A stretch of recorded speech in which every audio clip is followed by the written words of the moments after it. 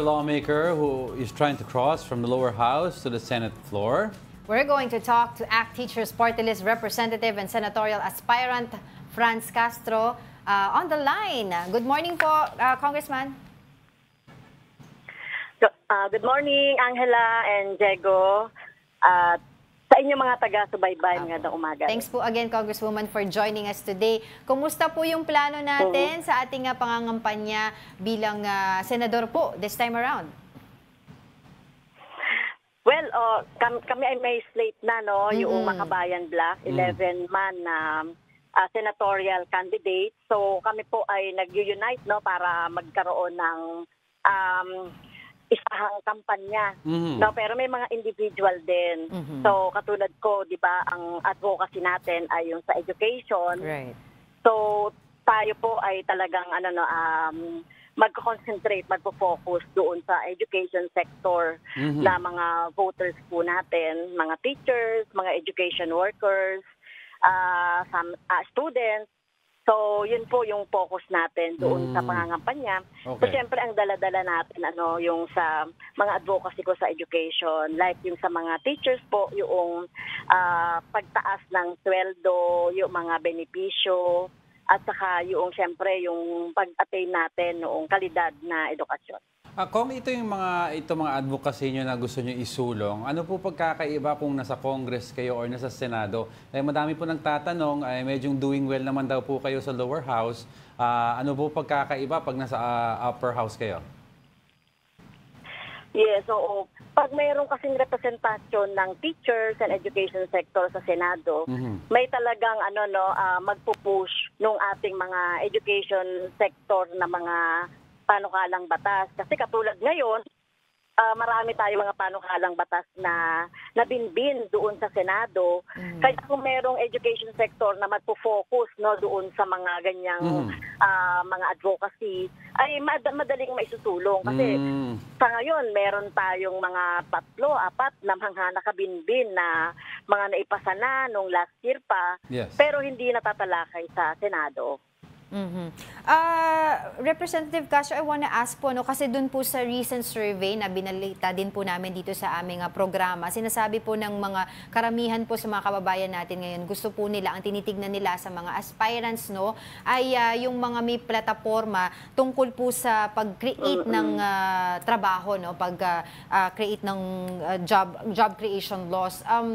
How are you going to work on that po kung kayo po ay palari na makapasok po sa Senado? Well, policy po talaga yung problema natin sa ngayon. No, kung paano tinitignan ng gobyerno yung pagki-create ng trabaho na talaga, no, na permanente. Trabahong magkakaroon ng sufficient, no, na para sa pangangailangan ng ating mga kababayan. Kaya dapat na tayo magpasa ng batas na magpapaunlad ng ating mga industriya. Like halimbawa sa transport na lang, tignan natin yung paggagawa ng mga jeepney, yung mga modern jeep. Kayang-kaya naman natin yan. So kailangan natin magpasa ng batas, no, para palaguin yung ating yung ating industry dito sa paggawa ng mga sasakyan. Pangalawa, agrikultura. No, kailangan mag-focus tayo sa production ng ng ating mga agricultural products. Hindi tayo mag-i-import. Kasi ang policy ng gobyerno kasi ngayon, import ng import. Yun ang nagiging yung nagiging solusyon na lang kapag nagkukulang, mag-i-import. Pero hindi tinitignan yung suporta, kakulangan ng support doon sa ating mga magsasaka. So, yan yung mga example sa pag-create ng trabaho. Ito matagal na nating advocacy. May mga bakante sa ating gobyerno na hindi pinipil-upan ng mga agency. So matagal nating ina-advocacy ito na dapat fill-upan, lalong-lalo na yung kakulangan sa teachers, kakulangan sa mga empleyado, sa iba't ibang mga ahensya. Okay, Kong Franz, madami rin nagtatanong kasi nakita nila naman yung position mo, yung political position mo sa lower house. Pag pala rin po daw kayo at nakaakyat po kayo sa Senado, saan po kayo papanig? Kasi sa ngayon may tatlong factions po. Meron yung, of course, yung admin, meron yung minority opposition with sila Congresswoman Risa Ontiveros, and meron din daw po yung Senator Risa Ontiveros, that's what I said. And also yung PDP po na kiniklaim nila na sila daw ang genuine opposition. Wala alam yatang opposition sa ating political spectrum, no? Sa totoo lang, no? Kung compare natin sa ibang mga bansa. Well, kami po ay mananatiling oposisyon ng taong bayan, no? At ang atin pong ipaglalaban, yung makakabuti sa taong bayan. So, dahil nasa minority kami dito sa most probably doon kami sa minority group. Okay. Okay. So nakita na din po natin, I'm sure you're aware of this, Congresswoman Castro, doon sa mga surveys na naglalabasan. And to be fair, wala po talaga po kayo doon sa mga mataas na numero. Ano po bang plano natin para ma-improve natin yung numbers, no, dito po sa mga nangyayaring senatorial surveys?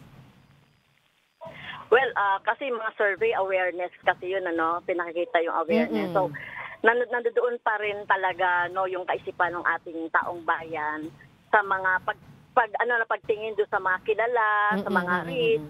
So, kailangan nating baguhin yan. So, kaya sinisimulan namin ngayon yung voters education sa bahagi ng mga teachers. So, tinitignan natin yung mga yung ating mga botante para maturuan natin, mag-guide sila kung paano yung pagpili ng tamang kandidato. So yung voters education. Pangalawa, yung continued na pagpunta sa mga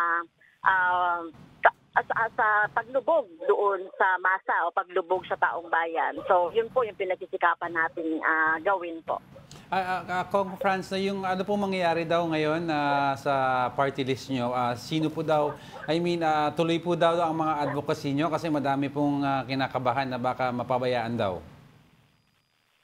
Well, kami naman ay hindi mauubusan sa actors party list ng mga kwalipikado. Kaya meron po kaming other set, bagong set ng nominee sa actors party list.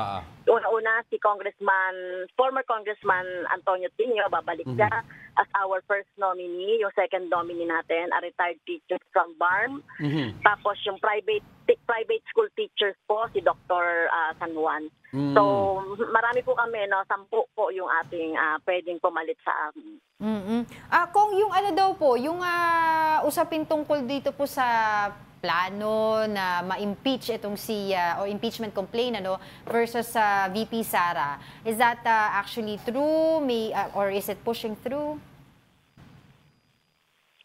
Well, meron kaming na babalitaan may mga post-oriented group, mga iba't ibang mga organisasyon katulad ng bayan na nagda-draft ng impeachment complaint.